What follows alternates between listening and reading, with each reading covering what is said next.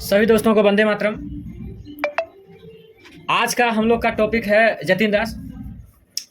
दोस्तों, आज हम लोग जो है ऐसे व्यक्तित्व के विषय में जानेंगे, समझेंगे जिन्हें जो है लाहौर षड्यंत्र केस में फंसाया गया और उसने लाहौर सेंट्रल जेल में लगातार 63 दिन तक अनशन शुरू किया।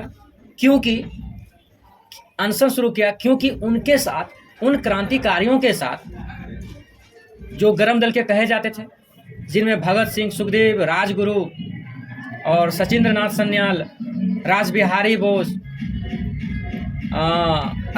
बोस और बाकी बात जो है बटुकेश्वर दत्त वगैरह सब शामिल थे।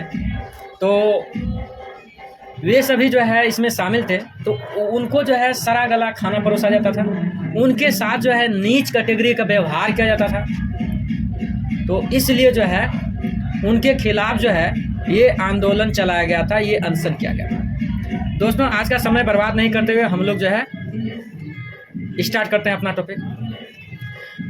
दोस्तों, आज हम लोग ऐसे व्यक्तित्व के विषय में जानेंगे जिन्होंने अपने उपवास द्वारा अंग्रेजों की साम्राज्य को हिलाकर रख दिया था, जिनका नाम जतिन दास था।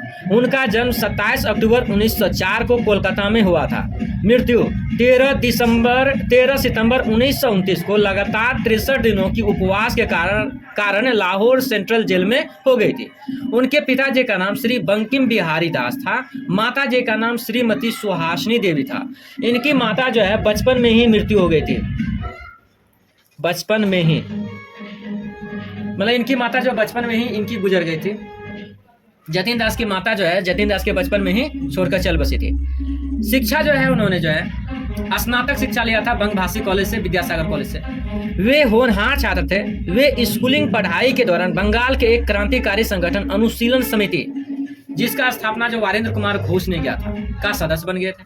मात्र 17 वर्ष की उम्र में वे महात्मा गांधी द्वारा संचालित संपूर्ण भारत में असहयोग आंदोलन में भाग लिए थे। लेकिन महात्मा गांधी जी द्वारा 12 फरवरी 1922 को नॉन कोऑपरेशन मूवमेंट असहयोग आंदोलन वापस लेने के कारण समझ नहीं आया। इससे इनके मन में भारत को स्वतंत्र करवाने का सपना टूट गया। इस कारण वे दुखी होकर हिंदुस्तान रिपब्लिकन सोशल एसोसिएशन में शामिल हो गए। इस संगठन में शामिल होने के लिए भगत सिंह, सुखदेव, बिस्मिल, राजगुरु ने आमंत्रित किया था, क्योंकि ये लोग जीतन दास से बम बनाना व सीखना चाहते थे। जीतन भी सचिंद्रनाथ सन्याल से बम बनाना सीखा था। 8 अप्रैल 1930 को भगत सिंह और बटुकेश्वर दत्त ने जो बम संसद में फेंका था, उस बम का भी निर्माण जीतन दास ने ही किया था।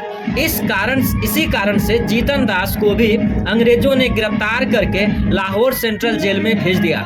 बारी बारी से और भी क्रांतिकारियों को उसी जेल में भेजा गया और सभी पर लाहौर षड्यंत्र का मुकदमा चलाया गया।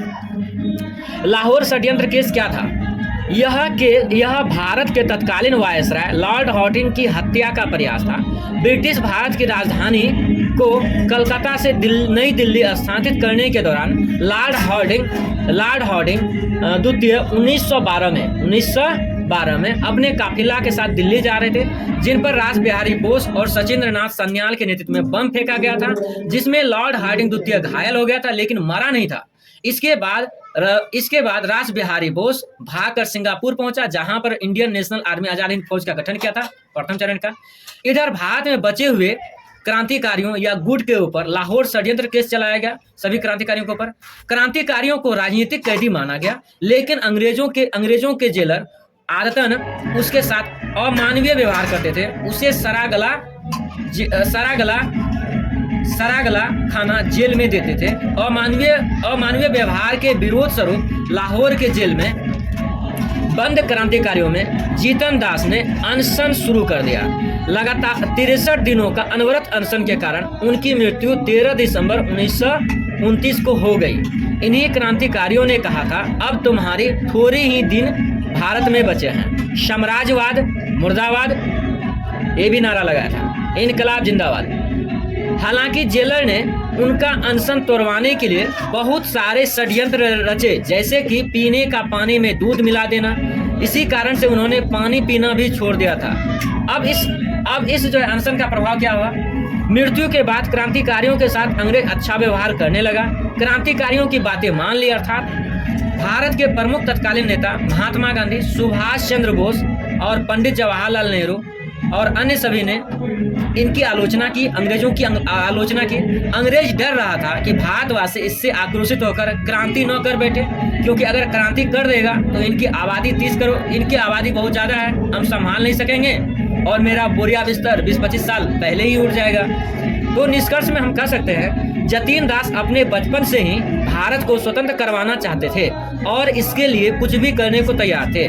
वे बहुत ही दृढ़ संकल्पशाली थे, जो एक बार ठान लेते थे उसे करके ही दम लेते थे।